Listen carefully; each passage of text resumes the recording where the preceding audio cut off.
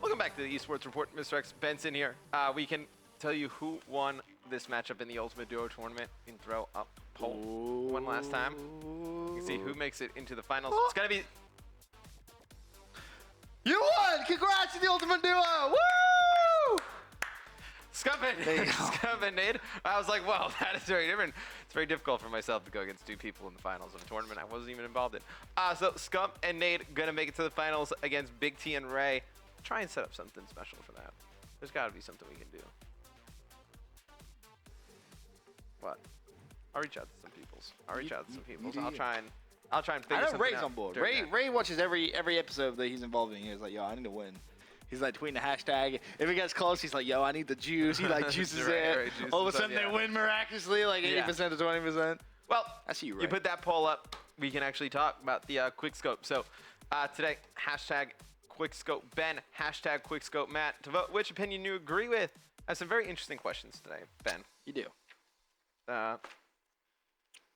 Very interesting questions. Would you like to go first or second? I would like to go first today. Oh, very interesting. Thanks, Matt. So, question number one. What feature that has not been announced for Black Ops 3 would you want the most? Easy! Codcaster. Gimme Codcaster. And also League Play. No. I want Codcaster and I want League Play feature, combined into a brilliant feature. Not what? Two features, one feature. I want Broadcaster. Broadcaster changed the game. Like, it completely changed the game. Watching it in someone's like first-person perspective and then hitting A when they die was so... I will take it one step further, young Benson. One step further. I want Codcaster, but I want it different. I want No. Stop. It says feature. It says feature. Right? You said you want Broadcaster. A feature of it. No, you can't have Broadcaster. Okay, fine. I want an option to where if I can go in and spectate any person who's on my friends list's game just by the press of a button. That's what No, you did not say that. You said Codcaster. Oh my God. Two completely You didn't let me different finish because things. I tweeted at Bondahar. No. You can check. You basically just took my own idea, which I tweeted at Bondahar and was like, yeah, I'm gonna say that. When did you tweet in that? Like a week ago. You saw the tweet because we talked about the tweet. Well, you elected not to bring it up here for this Quickscope question. I didn't. You didn't let me fit. You can't pick that because it's exactly. Because you're rattling off every feature you could have possibly. I said Codcaster, League Play, Rank Play. Yeah. I want you pick a different feature. I pick Broadcaster. Broadcaster's mine. Okay, fine. Broadcaster can be yours. I'll give you Broadcaster. And I would have a feature where you could just join a game off anyone's friends list. Okay, fine. Fair enough. That's a great idea, Ben. Thanks. I would have a competitive playlist, and I would have ranks be harder to get to. Kind of like Masters and stuff for Black Ops 2 is easy. Everybody's in Masters. Yeah. I would say create a system that focuses more on true skill. Well, even if you lose games, but you're doing, the objective, you're playing the right way. You're playing, like, let's say if you're playing against people, higher rank, and you're holding your own weight, and the game can recognize you solo queued, like you can level up that way as well. So it doesn't deter people from playing solo. But also I think makes some sense. Yeah, it takes doing the objective, everything into play. I think that would be something I would want to see. Because I think right now what you see is like the mentality of like Call of Duty, I guess, casual players would be in the sense that like you ask them like, oh, they go for the highest kills in the room, best KD, like like nobody cares if they win or lose. Because they're noobs. Like you kind of have to. You have to try to train that into their brain. I think a ranking system that was on wins and losses, but then also incorporated like kills to deaths, captures. Maybe you're not the best player, but let's say you're in the top 200 in objective play. That would definitely heavily weight your rank. So I think that would probably be the best way to go about that. Looks like I have question one. As per the usual. So even though you basically just took my argument and tried to improve upon it. Question number two. Is this much roster movement a hindrance to the growth of COD eSports? Yes, it is. I think rosters need to be more stable than they currently are. We love roster mania. Everybody loves when it happens. Crazy things go on. But it's not good for the fans of the teams. It takes people away from being fans of teams, to be honest. It takes people away from being fans of teams, fans of only individual players. You lose a lot of that commitment to a team when you have a team that they root for a while, and then maybe like 2 months down the line they just break it up completely. I think it kind of ruins some of the brands as well. They're kind of looked at differently to where they say, like, you're a sponsor and you come in, it's like, okay, this team's had 12 rosters in the last 12 months. They can't be run correctly. There has to be something wrong here. That's where I would say definitely not good for COD eSports. Completely disagree. Wow. With the Pro League, we have like trade deadlines. Like, for example, roster lock is tomorrow. So you can go to any major sport in the world, and they have like a transfer period of time. Football, American football, basketball, they all have the same thing. And especially with something like COD, the COD eSports like social media presence is massive. Every single time there's a big trade, trends worldwide on Twitter. And that's something which is just like mind-blowing. And more people kind of look and they're like, oh, what's going on here? Like, what's this? Brings more people to be aware of COD as an esport. Yes, like there is a limit to how much is good and how much is bad. Sometimes it's ridiculous. But with the new structures that we've had, like what the questions it says here, like, is this much roster move? Like, we haven't really seen that much roster move. Like, well, the last WrestleMania like was kind of. The last one was when what? Like the last roster mania. Like, I wouldn't say what we've had right now is WrestleMania. I said we had a couple of roster changes. There's been nothing. We've had every team change besides OG. Besides Denal, sorry. You just said we did have a few moves. We had every roster change outside of one. I didn't feel like WrestleMania though. I don't know why. It just everything seemed more kind of like structured. Honestly, I think that's what it was. I think it was just everything was more structured. I think that's something that every team besides the first place team at World Champs that placed in the top 8 broke up pretty much. TCM. Because they can't. They can't. Yeah. The only reason why they haven't is because they can't. I wouldn't call it WrestleMania. I think it stinks. It was a lot of it stinks that there's not. Like, I think the reason, like a large reason why OG was really popular and they are still popular is because like you always knew Nate and Scump were gonna be there. You know what I mean? Like, it's really easy to know like what the roster's going to remotely look like, and those are two players everybody loves. They can get behind. And you look at a roster like, like Envy. It's like completely different than anything they've ever had before. They bring back Proof, who's like a fan favorite, but still, it's like if you're just a fan who tunes in every once in a while and you're just like a fan of the team, it's like, oh well, where's Merc now? Like, Merc is a sub, like on the bench, and like now Proof is back, and now Teep is in there. Same thing. Yeah, but I mean that has to happen at some point. Like, players aren't going to stay on the same. Like, it doesn't happen in any franchise. Like, for example, LeBron James. Like, he doesn't stay on one team his whole like career. Like, there are moves which happen. It's like Proofy. That like, speaking of Proofy, that's kind of like that story, right? Like, yeah, Envious, Optic, like he's back Envy now. Like, he had stint on FaZe. had some time on FaZe. I mean, what other rosters has he really been on? If you like try and name every single like team, which like Proofy's been on, you've got Optic. FaZe Red. No, just take the organization. You got Optic and you got FaZe, right? Optic, FaZe. You can say Leverage. Okay, Envy. But then so he has the three biggest organizations in COD, and Leverage, which was massive at the time. And then you have like ON mixed in there, FaZe Black mixed in there. That's Optic and FaZe though. That's the same. It's the same organization. Just different strand of a team. But it's like teams that come and go. It's like sometimes there's a FaZe Black, sometimes Risen, sometimes there's no. Realistically, if you tell, so confusing. Somebody who doesn't watch like every day. It's like saying basketball's confusing. It's like, no, not really, because I know when LeBron goes to the Cavs, he's going to be there for the 4 years. That's something that you would need to have, like, a 4-year contract. I have to check in and be like, hey, is LeBron still here, like, the next month? Like, no, he's going to be there. But that's because he has a 4-year contract. Let me get Proofy a 4-year contract real quick. That's not what COD is. COD's life cycle. Like, it's a different game. Basketball is the same game. Right. Like, it's very... That's the one argument you have, is it's a different game. I honestly... too much is bad. I just think this much, as the question states, we haven't really seen too much roster movement in like a condensed time. Like roster mania. I'm waiting for this to flick. Whoever you win. Yeah, I won. That's some boohickey. So I'm up 2-0 tonight in the Quickscope. Oh, here's a good question. This one's actually really interesting.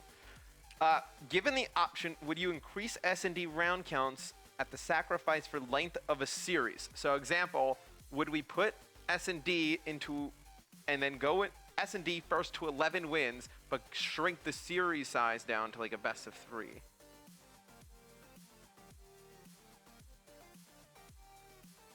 in this game? I don't know. That is the most. That I just read that question again. That doesn't make any sense. Given the option, would you increase S&D round counts? If you increase S&D to first to 11, you'd have to. We have 4 game modes in competitive COD. So at that point, the question is, are we getting rid of CTF? Right, you'd get rid of CTF as well. So you'd get rid of CTF. But even then, like you, like that's basically what this question is. That's basically at the core what this question is. Yeah. Well, if you got rid of CTF, I mean, let's just have a discussion about this question. Let's just table this as a question. Is yes. Let's just table this as a question. Just talk about it as a topic. 100% yes. I would be a fan of getting rid of CTF and making S&Ds longer.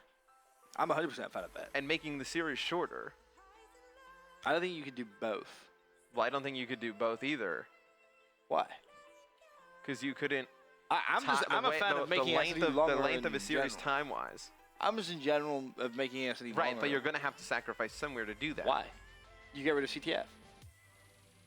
You play 2 S&Ds, either 2 hard points or 2 off points. You're not making up any time.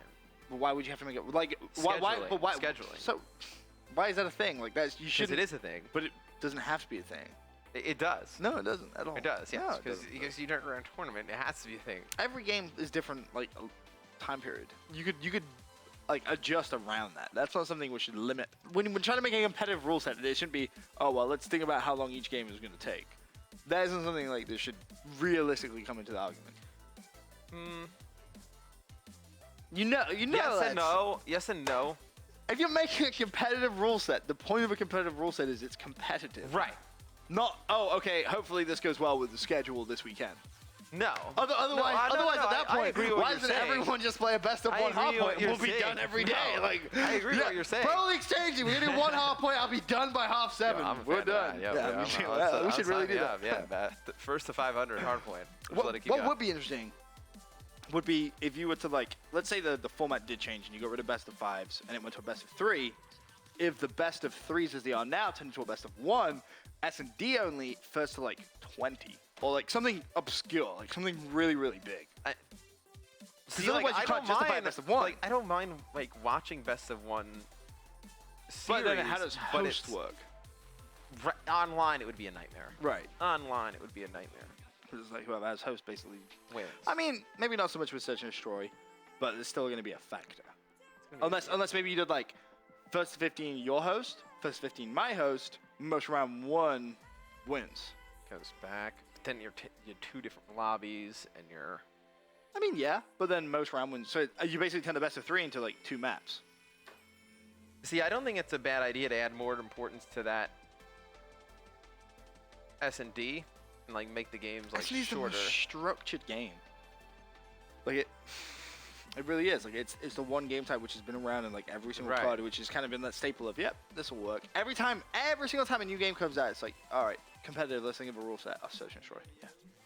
Right. There's never a question. Yeah. It's like people are like, oh well, you know, Search and Destroy plays a little bit different. Okay, great. Still gonna be in competitive COD. Like it's that like game 5, round 11. You want S&D. That's what it is in competitive COD. Anyway, that was off topic. Anyway, moving on. Customizability is the new trend in games. Customizability? Customization. Yeah, that's not a word, whoever wrote this. That's not a word. What are the features that they have not let you customize that you wish you could in Call of Duty? Your own camo. On again. Really? You wouldn't use it on something more... What? What else are you going to customize? I was a fan of games that let you just map any button on the controller to whatever you wanted. Like, just screw preset controller settings and be like, yo, you want to play left D-pad jump? Hit left D-pad to jump. Like, that's so lame. Why? Because only, like, 1%. No way. In a franchise like COD, you already have like default settings you can use anyway. Okay, how many players there's like 3 things that I miss about like old games that you used to be able to do. Mapping controllers to whatever you wanted. I missed being able to have a different vertical sensitivity than horizontal sensitivity. That's okay. I think that was like that's pretty cool. That's only again that's extreme audience like extreme audience. And one thing that I liked that you could do on the 360 on some games was you can change your display name. So you have your gamer tag, but then on the scoreboard and like in game, it would be completely different. Imagine we had that, and then like LAN would just be so much easier because you wouldn't have to make 1,000 gamer tags. You can just change the display name of everybody. That'd be cool. That'd be cool. I just think making your own camo is badass, man. I think like I would make our own like eSports report camo. Your own camo. Rather than just a crappy emblem. What do you think about map editors in Yeah, COD? that's another good thing. We don't know why we've never had that ever. That blows my mind that we've never had a map editor. Like, and you saw like how good it was for Halo.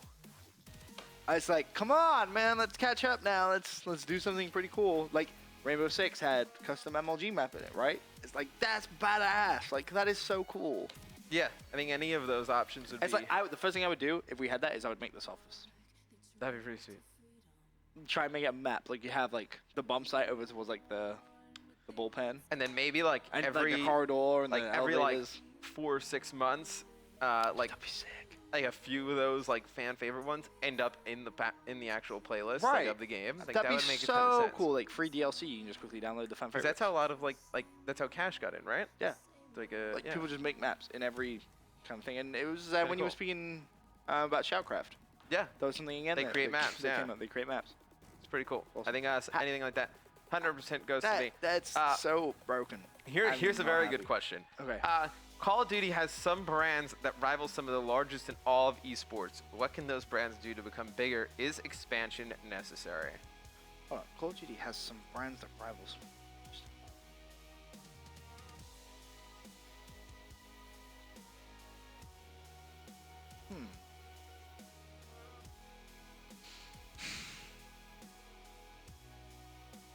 When it says some brands, FaZe and Optic come to mind.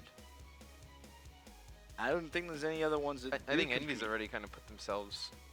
Envy's gone for expansion, but Right, Envy's put if you themselves into a take different Envy group. pre-CSGO, they don't compete with any organization elsewhere. Like TSM, no. But Cloud9, you no. see Curse, you no. see what expansion can do for Yeah, an organization. Massive, massive. But then how many organizations are there, not even just in North America, just in Call of Duty esports, which are stable enough to do that?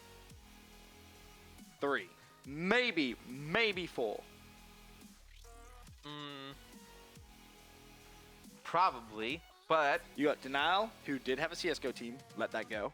they have a Halo team. They have a Halo team. Is that really expansion, though? Not really.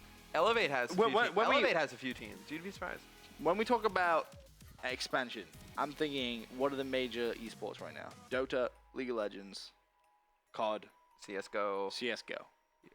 Hearthstone's getting bigger. Hearthstone is pretty big. Yeah, plays in Hearthstone. StarCraft's kind of like Halo's kind of like now. It's like they don't have that same caliber of like expansion. What? So Denial, Elevate, Optic, FaZe, and Envy. Like I think There's not maybe that many I think you brands. need to expand into other games if you're those teams, it's common sense. Like, and that's bring really- like your fan base What- from what's like, really COD over strange- to other games. Bring other fan bases into COD. There's no downside to it. Could you ever see like TSM with a COD team? See, you're asking me something I already know the answer to. Oh, got him! Hashtag Intel. I think some of the other ways the other brands can get bigger is to try and get involved in some of those other games. think you Bring need some to. of those You need to go people. into everything. You need to go. If you're going to be Yeah. an organization, you need to kind of dabble in everything. It doesn't make sense not to. It's pretty dumb, to be honest. It's just kind of like, hey, I have this really And it's big not fan like base you need here, to and I'm go just gonna out stay and pick there. up like a top flight like League of Legends or CS:GO team. There's like plenty of leagues like that are going on that like Yep. are popular. That Right. there are teams that would happily League organizations. get on. Yeah, and the great thing is the structure they have there as well. They could end up at like Worlds. You don't know. Right. You don't So know. it's risk, but high risk, high reward. Anyway, I think for some of these brands to take that next step, it's huge. they need to, because like they're huge brands, but then like on like a global like esports like scale, Mhm. like what are they looked at? You know what I mean? Like to be like a real kind of like, I feel like serious player, they need like- to expand. You think about those kind of like like platform organizations, like EG, Curse, to Yeah. some extent, and then it's like Cloud9 for the most part. Fnatic, Fnatic, yeah, another Fnatic's great huge. one. So it's 4. I would say like CLG. Yeah, well, that's fair. I'll put CLG in there. 5. Hmm? That's 5. Uh, Who like dominate? Not necessarily dominate everything, but they Right. have like teams everywhere. I mean, you can put TSM in there. I think they've only just really started expanding. Like, how many teams do they have? Like, and what esports do they have? Obviously, League of Legends, CS:GO. CS:GO. Hearthstone. Oh, they have Hearthstone players now. They're Hearthstone players. Fair. They have a Dota team. They have. Yeah, then you can definitely put them in there as well. I think they have an Fair. Infinite Crisis team. They did. Really? At one point. That's Yeah, they pretty did. cool. Yeah. I didn't know that. I think that's definitely like it's gonna be exciting to see some of like Extendo creates like crossovers of the fan Imagine bases. like NIP in COD. Or like I love Ninjas in Pajamas. or like if Optic was like if NIP CS:GO was Optic, like that would be crazy. Right. And like the fan base is kind of that would be it's great for both scenes. Yeah, of course, because it grows everything. Right. Like you can kind of cross. I think that- then you get esports in general. It'll be as, like, interesting. fans of esports. I mean, it seems like I've won this one, but we won't even. who could you see? Who could you see the next team expanding into another esport, and which one? Like NV to CS:GO seems like a no-brainer for me. I can't really pick where the next person would be. FaZe will probably go to a FPS. I think OG could experiment with maybe a MOBA.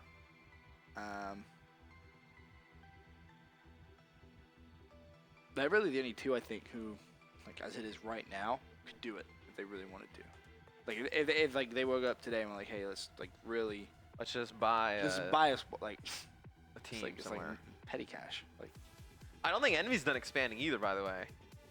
I think they're going for the whole thing. but then I think it's kind of sad because I think as good as they've done it, I feel like COD has been affected somewhat by it a little bit. Like I don't feel it's the same MV brand. I don't know what. It's really I weird. think it is. I don't think it is. They just had a rough patch with the team for about a while. But that's what I mean. Like They're starting to play better now. It'll come back. I mean, they were really. I think it will. They were kind of bad for a pretty long time.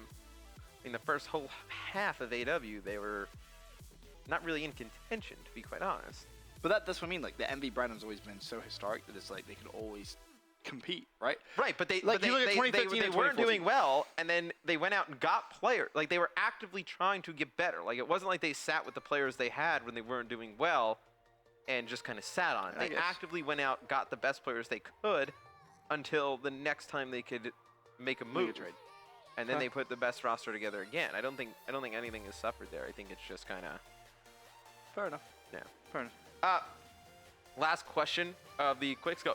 With Gears of War 1 rumored to be remade, do you think we would ever see a Call of Duty remake, and which title? Yes, we will, because we already talked about this a couple of like months ago. We had Chaos on, and he was talking about the petition online and Modern people Warfare 2, doing right? stuff. I pray it's COD 4. Pray it's COD 4.